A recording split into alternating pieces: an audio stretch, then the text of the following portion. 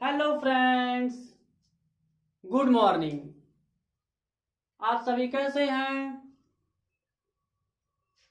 मैं आशा करता हूं कि आप सभी बहुत अच्छे होंगे और आपकी पढ़ाई बहुत अच्छे तरीके से चल रही होगी। और पढ़ाई अगर आपकी बहुत अच्छे तरीके से चल रही है तो हमने जितना भी आपको पढ़ाया है क्लास 12th में फिजिक्स, वो तो आपको पता ही होगा कि हमने क्या पढ़ाया है। उन सभी चीजों को एक बार रिवाइज कर जाइए। और आज हम पुनः एक नए टॉपिक के साथ प्रारंभ करने जा रहे हैं, वैद्युत क्षेत्र। आपने विद्युत के बारे में पढ़ लिया, उसके गुण को पढ़ लिया, उस दो जो चार्ज थे, चार्ज पार्टिकल थे, उनके बीच में लगने वाले बल को भी आपने पढ़ लिया। जब आपने बल पढ़ लिया है तो भाई उसका बल कितने दूरी तक काम करेगा उसको भी तो पढ़ना जरूरी है। जैसे कि मान लीजिए आप बच्चे हैं, घर में रहते हैं, तो घर के सदस्य आपको जानते हैं, तो आपका एरिया क्या है, घर तक ही सीमित है। बड़े हुए तो आपको आपके गांव के लोग जानना शुरू कर देंगे, तो आपका क्षेत्र क्या बना, गांव तक पहुंच गया। थोड़ा और अच्छा काम किए तो आपको 3-4 गांव के लोग जानना शुरू कर देंगे, जिले के लोग जानना शुरू कर देंगे। आप राष्ट्रपति बन गए तो देश के लोग जानना शुरू कर देंगे। अच्छा काम करेंगे तो विश्व के लोग आपको जानेंगे। तो ये क्या है, आपका धीरे धीरे धीरे धीरे आप बढ़ा करके आप क्षेत्र की तरफ बढ़ रहे हैं। यानी आप अपना एरिया बढ़ा रहे हैं, आप अपने क्षेत्रों को बढ़ा रहे हैं अपने ज्ञान के माध्यम से या अपने बल के माध्यम से। जिस भी सोर्स के द्वारा आप क्या कर रहे हैं, अपने क्षेत्रों को बढ़ा रहे हैं, वही तो आपका क्षेत्र कहलाता है। कि जहां तक कि लोग आपको जान जाए वह आपका एक क्षेत्र कहलाता है। तो उसी तरह इलेक्ट्रिक भी होता है, उसी तरह वैद्युत भी होता है, उसी तरह इलेक्ट्रिक भी है। कि जहां तक इसका हम अनुभव कर सके, जहां तक हम इसको पहचान सके कि ओहो यहां जाएंगे तो हमको इलेक्ट्रिक लगेगा, करंट लगेगा, वहां तक उसका क्षेत्र कहलाएगा कि नहीं कहलाएगा? कहलाएगा। तो आज हम एक नए टॉपिक के साथ शुरू करने जा रहे हैं, वैद्युत क्षेत्र। यानी वैद्युत क्षेत्र होता क्या है?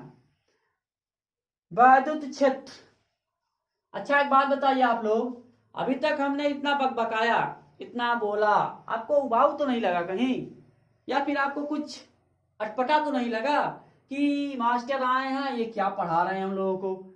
हम लोग तो वैद्युत क्षेत्र के बारे में पढ़ना चाहते हैं, ये बता रहे हैं कि बच्चे थे तो इतना दूरी तक गए, इतना तुम्हारा फील्ड बना, फिर नेता हुए वगैरह वगैरह, ऐसे आप लोग सोच रहे होंगे। ये सब माध्यम है, इन सभी माध्यमों के द्वारा मैं आपको समझाया हूं कि मान लीजिए कि कोई हमने चार्ज पार्टिकल रख दिया। चलिए टॉपिक पे आते हैं। मान लीजिए यहां पर एक कोई चार्ज है, यानी आवेश है Q। भैया आवेश है तो बल लगाएगा ही लगाएगा। आखिर में ये बल कितना लगाएगा? वो ये इतना बल तो नहीं लगाएगा कि कोई दिक्कत हो। अरे ये बल यहां तक तो नहीं लगाएगा, ये बल यहां तक तो नहीं लगाएगा, या फिर ये बल इतना ही तक लगाएगा। अब इसके बारे में तो हम जानते नहीं है सर जी, क्या करें? अगर बल के बारे में आप नहीं जानते हैं कि कोई चार्ज पार्टिकल कितना बल लगाता है, उसका फार्मूला क्या होता है, तो आप हमारे इसके पीछे वाले वीडियो में जाकर के देख लीजिएगा। फिलहाल हम तो पढ़ेंगे वैद्युत क्षेत्र ही। भैया ये वैद्युत क्षेत्र जब है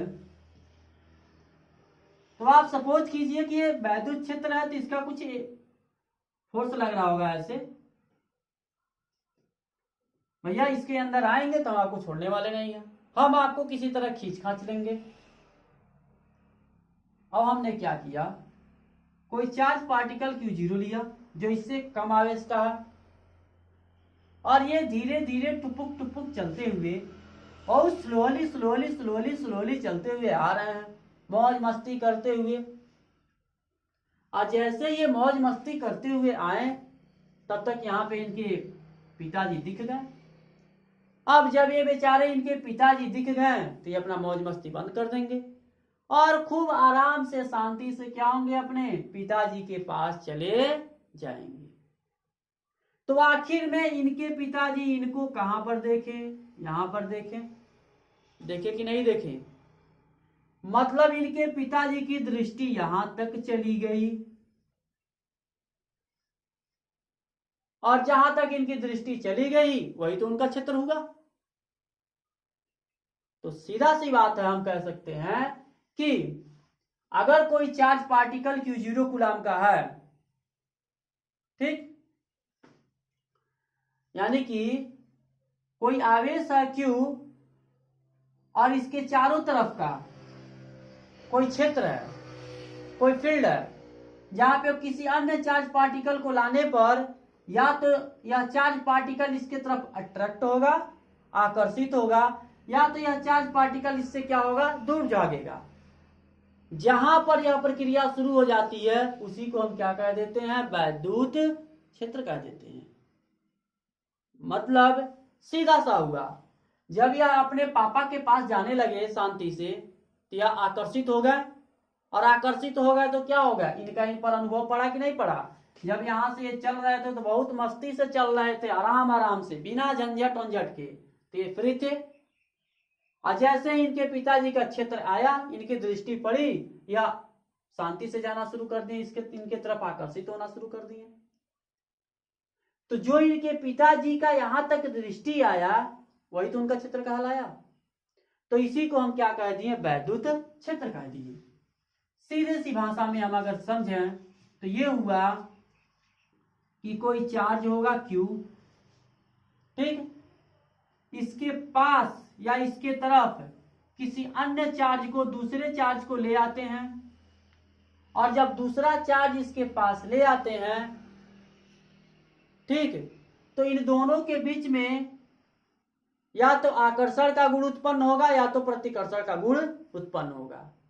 और जहां पर यह गुण उत्पन्न हो जाता है उसी को हम क्या कह देते हैं, वैद्युत क्षेत्र कह देते हैं। क्या कह देते हैं, वैद्युत क्षेत्र। समझ गए? नहीं समझे तो ऐसे समझिए, अरे मास्टर आप स्कूल में हैं तो पढ़ा रहे हैं, आप हमारे घर में चले आइए। तुम नहीं जान रहे हो, हम तुम्हारे एरिया में हैं तो बोल रहे हो ना, तो हमारे एरिया में भी आके देखिए। मतलब क्या हुआ, अभी हम दूसरे के एरिया में हैं, दूसरे के क्षेत्र में हैं, वहां पे लोग हमको नहीं जानते हैं, इसलिए हम किसी को कुछ भी, वहां पे लोग हमको कुछ भी कह सकते हैं। जब हम अपने एरिया में जाएंगे जहां के लोग मुझे जानते हैं, पहचानते हैं, वो हमारे अनुसार या फिर वह हम जैसा रहेंगे उसके अनुसार वो व्यवहार करेंगे। तो सेम वही चार्ज भी होता है। चार्ज कोई पार्टिकल होगा, इसके चारों तरफ कुछ क्षेत्र होंगे, और इस क्षेत्र का अनुभव हम तभी कर पाएंगे जब इससे, इसके अलावा किसी दूसरे चार्ज पार्टिकल को इसके पास लाएंगे, और ये चार्ज पार्टिकल क्या करेगा, हमको या तो इस चार्ज को आकर्षित करेगा या तो इसको क्या करेगा, प्रतिकर्षित करेगा। तभी तो हम अनुभव करेंगे कि किसी न किसी प्रकार का इन दोनों में बल लग रहा है। और जब ये बल लग रहा है तो हमारा क्या कहला जाता है, वैद्युत क्षेत्र कहते हैं। किसी कोई डाउट? वैद्युत क्षेत्र की सीधा सा परिभाषा हो जाता है कि किसी आवेश के चारों तरफ का, किसी आवेश के चारों तरफ का वह क्षेत्र जहां पर कोई अन्य आवेश आकर्षण या प्रतिकर्षण बल का अनुभव करता है, फील करता है, उसी को हम क्या कहते हैं, वैद्युत क्षेत्र कहते हैं। किसी आवेश के चारों तरफ का वह क्षेत्र जहां पर कोई अन्य आवेश आकर्षण या प्रतिकर्षण बल का अनुभव करता है उसी को हम क्या कहते हैं, वैद्युत क्षेत्र कहते हैं। बातें समझ में आ गई कि वैद्युत क्षेत्र आप किसे कहते हैं। अब ये जो वैद्युत क्षेत्र है उसका निर्माण होता कैसे है, हमने तो देखा नहीं है कि क्षेत्र निर्मित कैसे हुआ है। तो वैद्युत क्षेत्र के बारे में तो आप पढ़ लिए। अब वैद्युत क्षेत्र का निर्माण कैसे होता है, तो वैद्युत क्षेत्र मान लीजिए कोई Q चार्ज का आवेश है, आवेश है, ठीक, और कोई अन्य चार्ज का आवेश था Q0। तो इन दोनों में या तो आकर्षण का बल लगा या फिर प्रतिकर्षण का बल लगा। लगा कि नहीं लगा? लगा ना। या तो आकर्षण का बल लगा या किसका बल लगा? प्रतिकर्षण का बल लगा। ठीक। ये जो बल जिस रेखाओं के द्वारा लगता है, जिस काल्पनिक रेखाओं के द्वारा लगता है, उन्हीं को हम क्या कह देते हैं? वैद्युत बल रेखाएं कहते हैं। वैद्युत बल रेखाएं कहते हैं। मतलब सीधा सा रास्ता ये निकला, इन दोनों के बीच में जो अट्रैक्शन या रिपल्सन, आकर्षण चाहे प्रतिकर्षण बल लग रहा था, वो तो हमको दिख नहीं रहा है। जब नहीं दिख रहा है तो आखिर में ये लग कैसे रहा था? एक इमेजिनरी लाइन होती है इन दोनों के बीच में, एक जादुई लाइन होती है, काल्पनिक रेखा होती है। समझे बच्चों को? तो जो काल्पनिक रेखाएं होती है ना, उन्हीं को हम क्या कहते हैं? वैद्युत बल रेखाएं कहते हैं। तो सीधा सा डिफिनीशन इसका हो जाता है कि जो वैद्युत क्षेत्र था, जिसका यहाँ एरिया था यहां तक, वैद्युत क्षेत्र में वह काल्पनिक रेखाएं, ये काल्पनिक रेखाएं है ना, वह काल्पनिक रेखाएं, वैद्युत क्षेत्र में वह काल्पनिक रेखाएं जो आवेश पर आकर्षण या प्रतिकर्षण बल का अनुभव करती हैं, उसी को हम क्या कहते हैं? वैद्युत बल रेखाएं कहते हैं। या फिर वैद्युत क्षेत्र में, इलेक्ट्रिक फील्ड में खींची गई काल्पनिक रेखाएं ही क्या कहलाती हैं? वैद्युत बल रेखाएं कहलाती हैं। यानी कि पहले तो हमने वैद्युत क्षेत्र बनाया, उस वैद्युत क्षेत्र में क्या किया?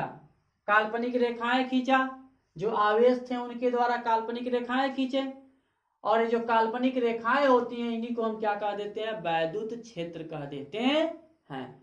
यानी जो काल्पनिक रेखाएं होती हैं, ये वक्र होती हैं। क्या होती हैं? वक्र, यानी कर्व की तरह होती हैं, थोड़ी सी टेढ़ी होती हैं, और एकांक आवेश पर खींची जाती हैं।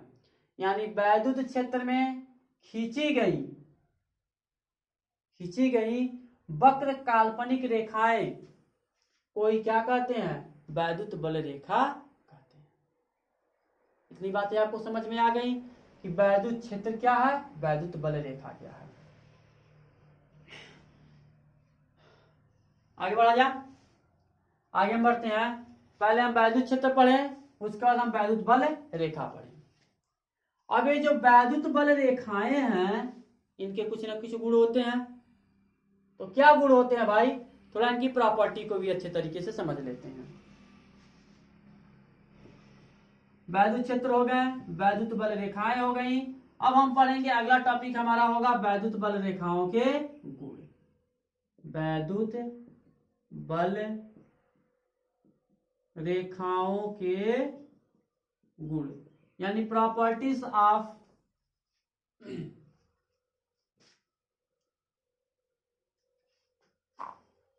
चला वैद्युत बल रेखाओं के गुण।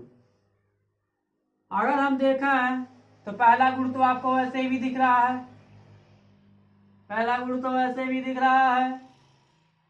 अरे जब काल्पनिक रेखा ही नहीं दिख रही है तो गुण कैसे दिखेगा हमको? हाँ, तो पहला गुण तो ये होता है, जो वैद्युत बल रेखाएं होती हैं वह काल्पनिक होती हैं, इमेजिनरी होती हैं। आप उन्हें देख नहीं सकते हैं, आप उन्हें केवल महसूस कर सकते हैं, फील कर सकते हैं। मान लीजिए कोई प्लस चार्ज का, ये माइनस चार्ज का है, तो वैद्युत बल रेखाएं क्या होंगी? प्लस चार्ज से निकलेंगी, माइनस चार्ज में एंटर करेंगे। यही तो होता है इनकी दिशा। ये हो गई इनकी दिशा, वैद्युत बल रेखाओं की दिशा। और ये क्या होती हैं? काल्पनिक होती हैं। हम पहला गुण लिख सकते हैं कि जो वैद्युत बल रेखाएं होती हैं वह वैद्युत क्षेत्र में काल्पनिक रेखाएं होती हैं। क्या होती हैं? काल्पनिक रेखाएं होती हैं, इमेजिनरी होती हैं। आप इन्हें देख नहीं सकते, केवल महसूस कर सकते हैं। हवा को देखे हैं क्या आप? नहीं देखे हैं। लाइट को देखे हैं? नहीं देखे। फील करते हैं, हवा बह रही है, प्रकाश हुआ है, हमको कुछ दिखाई दे रहा है। उसी तरह ये मैग्नेट देखे हैं, दो वस्तु को खींचता है आपस में, खींचता है कि नहीं खींचता है? क्यों खींचता, आप देखें उस कि वह किस मशीन से खींचता है, नहीं ना, फील करते हैं। पृथ्वी पर आप हैं, ऊपर से नीचे गिर रहे हैं, क्या कोई डोरी बांध के खींच रहा है? नहीं खींच रहा, वो भी काल्पनिक रेखा है। उसी तरह से जो वैद्युत बल रेखाएं होती हैं वो वैद्युत क्षेत्र में, कहां पर? वैद्युत क्षेत्र में काल्पनिक रेखाएं होती। ये पहला हो गया। दूसरा की बात करें तो वैद्युत बल रेखाएं सदैव वैद्युत क्षेत्र में, ध्यान दीजिएगा, दो चीजें हम बताएंगे यहाँ पे और बहुत इंपॉर्टेंट चीजें हैं।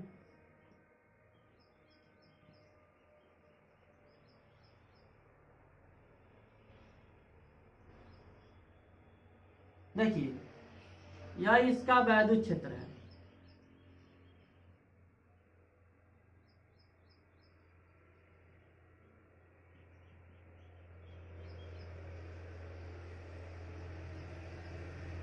तो आप कह सकते हैं जो वैद्युत बल रेखाओं की दिशा वैद्युत क्षेत्र में वह धन आवेश से किधर होता है?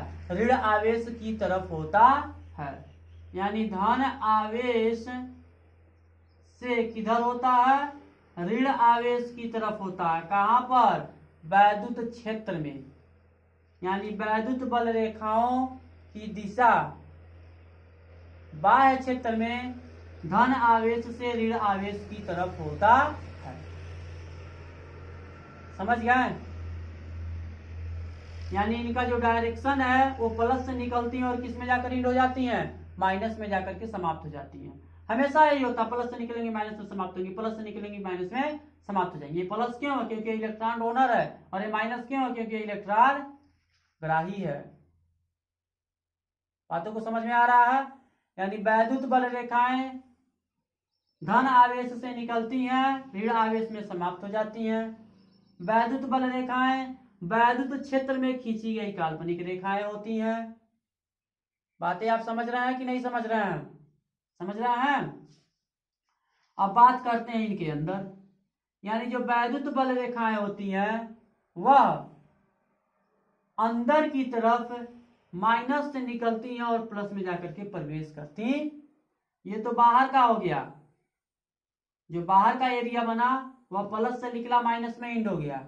लेकिन जो अंदर का एरिया है ना वह माइनस से निकलता और किस में एंड होता है? प्लस में जा करके समाप्त हो जाता है। बात समझ आ रही है? थर्ड पॉइंट, जो वैद्युत बल रेखाएं होती हैं वह सदा एक दूसरे के समांतर होती हैं। समांतर का मतलब इन दोनों के बीच का जो दूरी होगा वही इन दोनों के बीच का भी दूरी होगा, यहां भी वही, यहां भी दूरी होगा, वही इन दोनों के बीच का भी दूरी होगा। ऐसा नहीं है कि ऐसे निकली ऐसे जाके काट दी, ऐसे निकली ऐसे जाकर के काट दी, ऐसा कभी नहीं होता है। अगर ऐसा होता तो पुनः इस जगह पर एक चार्ज पार्टिकल प्रोड्यूस हो जाता, और जब ये चार्ज पार्टिकल प्रोड्यूस होता तो पुनः इसका एरिया ऐसे बन जाता, जो कि असंभव है, कभी होगा ही नहीं ऐसा। समझ रहे हैं बातों को? यानी कि जो वैद्युत बल रेखाएं हैं, जो वैद्युत बल रेखाएं हैं वो सदैव क्या पाई जाती हैं? एक दूसरे के समांतर पाई जाती है। वैद्युत बल रेखाएं वैद्युत क्षेत्र में एक दूसरे के क्या पाई जाती हैं? समांतर पाई जाती हैं। यह एक दूसरे को कभी भी काटती नहीं है। अगर काटती तो जिस कटान बिंदु पर यह मिलता, जिस कटान बिंदु पर यह मिलता यहां पर एक नया आवेश उत्पन्न हो जाता, जो कि असंभव है। समझ गए बातों को? तो हमने 3 पॉइंट्स बताया। पहला, वैद्युत बल रेखाएं वैद्युत क्षेत्र में काल्पनिक रेखाएं हैं। वैद्युत बल रेखाओं की दिशा धन आवेश से ऋण आवेश की तरफ होती है बाह्य क्षेत्र में, अंदर ऋण आवेश से धन आवेश की तरफ होते हैं। वैद्युत बल रेखाएं सदा एक दूसरे के समांतर होती हैं, यानी यह एक दूसरे को कभी काटती नहीं है। अगर यह एक दूसरे को काटती तो कटान बिंदु पर एक नया आवेश उत्पन्न हो जाता, जो कि ऐसा संभव नहीं है। कोई डाउट आपको किसी को, कोई समस्या? 3 पॉइंट्स हमने बताए हैं, 3 पॉइंट्स आप राइट कीजिए।